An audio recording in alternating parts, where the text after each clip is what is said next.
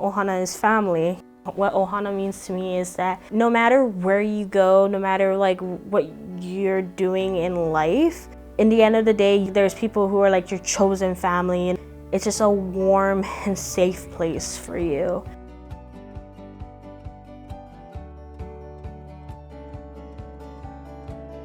I actually was born and raised here on Maui. I entered the system when I was 4 months old. Got removed from my biological parents. I had siblings that also went into the system, but I only stayed with one of my siblings, which was my older sister. We bounced around a lot. We went into like a regular foster care home and then went to family, trying to see what was the best fit. We were in the system for about 2 years before we got legal guardianship from my biological father's parents. I lived with my grandparents majority of my life until I was 15 years old. Over time, they basically became my parents. I did play sports. I was in paddling. I paddled since I was 9 years old, and that was my life. Where you could find me was at the ocean. In 2015, I lost my grandmother to cancer. That was one of the lowest points of my life. I did things that you would kind of say was not okay, but like, you know, that was just my way of coping. And I kind of got sent to like a facility to kind of like reassess myself of like self-harm, and child welfare kind of found out about it. I was told by like multiple of them that, you know, you're a harm to society and you'll be a harm to your grandfather, and you also can't be the one taking care of him. They basically told me like, you're gonna go into the system, and it broke my heart because that wasn't the plan.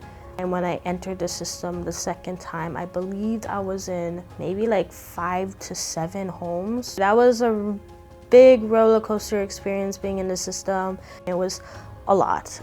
And I will admit, like, I did run away. Like, I know you're not supposed to do this, but like, I kind of went to go check on him, you know, like, Dad, like, I'm okay. And he's like, you sure? I'm like, I'm okay. And that's all he had to hear, is just knowing that I was okay and I'm gonna make it out. And that's what held me for so long, was my dad. I think what really saved me the most is being on the Foster Youth Leadership Board here in Hawaii, which is called High Hopes. So High Hopes Youth Leadership Board is part of EPIC Ohana. We're comprised of current and former foster youth. I was strategically taught in like a way where I'm able to protect myself and advocate for myself. For the longest time, like, I had multiple jobs being an adult, like multiple jobs, going to school full time, High Hopes, doing community outreach and services, and being a mom of 2 at such a young age, and that's what kept me going. I had this retreat with High Hopes, and we were about to take like professional pictures, and my hair was just really bad. And she was like telling me, it's like, Aponi, like, you need to take better care of yourself, because you're a mom now. If you can't take care of yourself, how are you gonna take care of your son? How are you gonna take care of everything? That time she told me that, like, I started like really focusing on myself.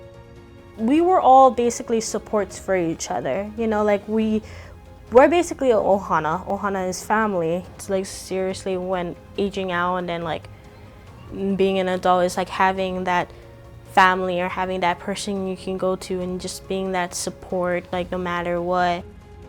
I feel like every foster youth should have permanency, have somebody that they can go to in just any circumstances.